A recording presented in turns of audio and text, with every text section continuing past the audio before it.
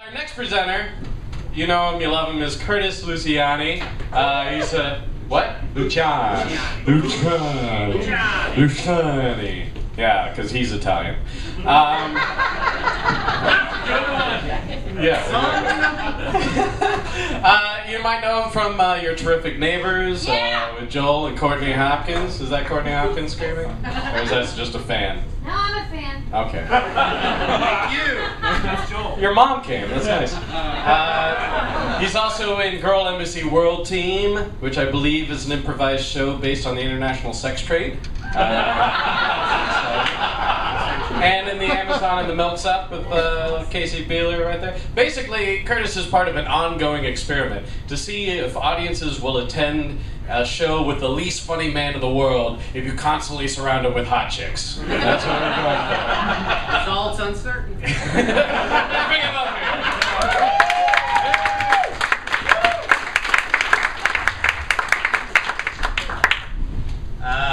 Thank you, Ted. Have we met, by the way, ever? A few times, I think. Oh, no. So yeah, nothing. It's just you made absolutely no impression on me. Big zero, just blank. No kidding. Ted Meredith, everyone. Man so dedicated to comedy that he maintains that haircut. And we'd like to tell you it's not worth it. Nothing could ever be worth it. Alright, we'll get to you in a minute, Tom, but time to say the mean things. Alright, we got some of Tom's compatriots here.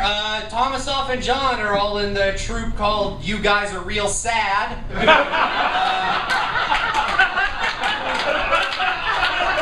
Asaf and Tom are also roommates. They're the original odd couple. One is a broken down over the hill wreck running down the clock on his creative years who's a little messy. The other is a broken down over the hill wreck running down the clock on his creative years who's a little more fastidious.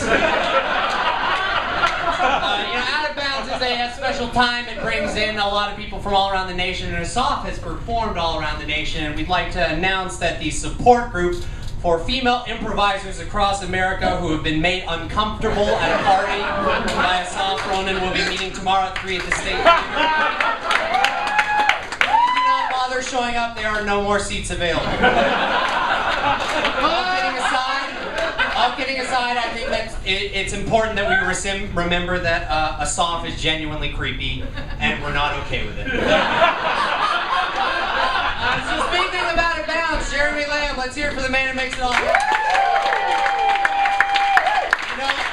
People talk sometimes like there's only two paths in life. You can go out into the world and try and do big things and just turf out, eat dirt, just fail miserably, humiliate yourself, or you can sulk around your hometown, hang out with the same crowd, doing the same shit you used to do in college year after year. And Jeremy really proves you don't have to choose. You can't do it. Online, Jeremy goes by the moniker Bearded Lamb because balding jackass was already taken. By Tom Booker, actually. Or Michael Furstenfeld. Being up here staring at these domes, I feel like I'm flying over an archipelago. Moving on, Aiden Kirshner. Boom! Aiden Kirshner's Jewish. It's pretty obvious. Her face looks like a Halloween mask labeled Jewish lady.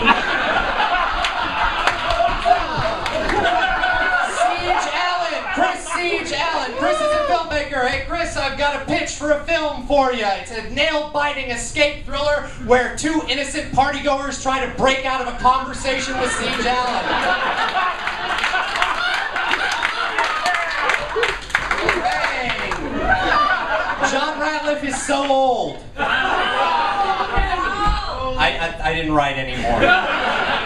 No, he's not old, but John Ratliff has done a lot of living. Look at him. He looks like an anatomy skeleton covered in candle drippings. He looks like Lou Reed if Lou Reed opened the Ark of the Covenant.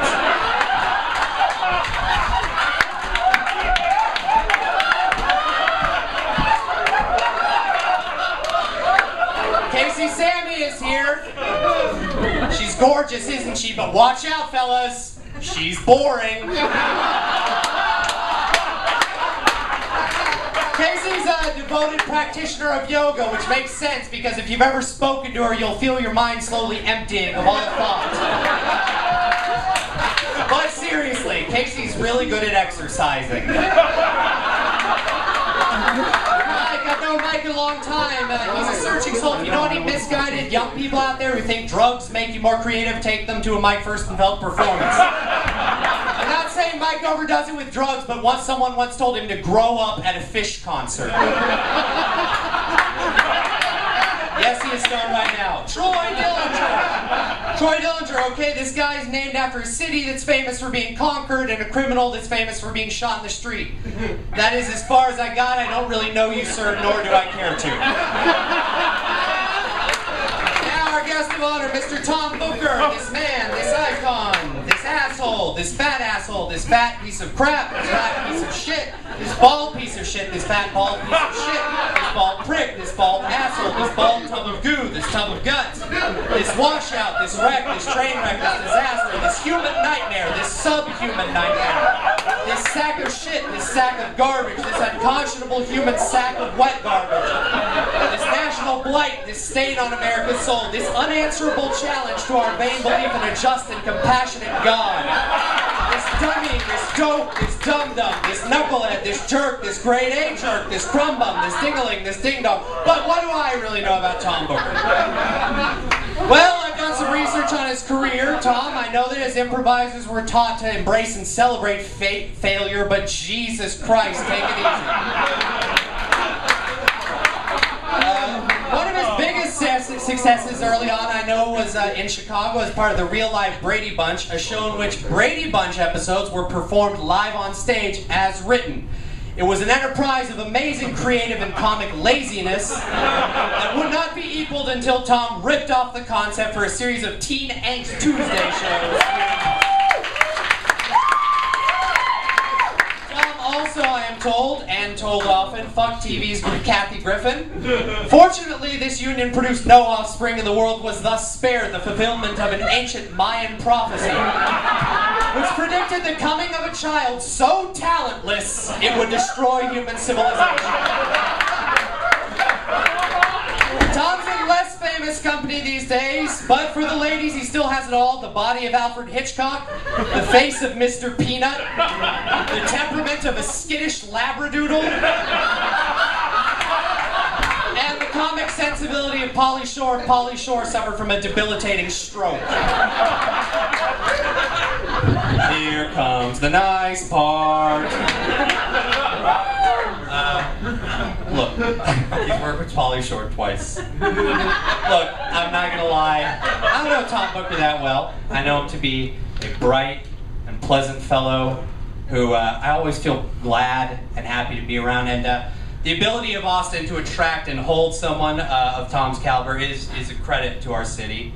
All kidding aside, the fact that he would choose to settle down here, seriously, it's really, it says something about how far the city's come. And you know, he's a charm, he's a delight.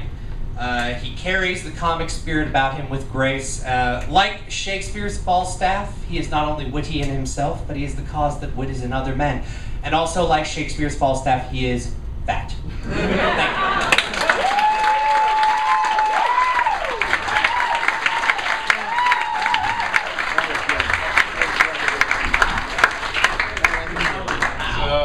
So now we know what it would look like if Winston Churchill was coked up and had Tourette's.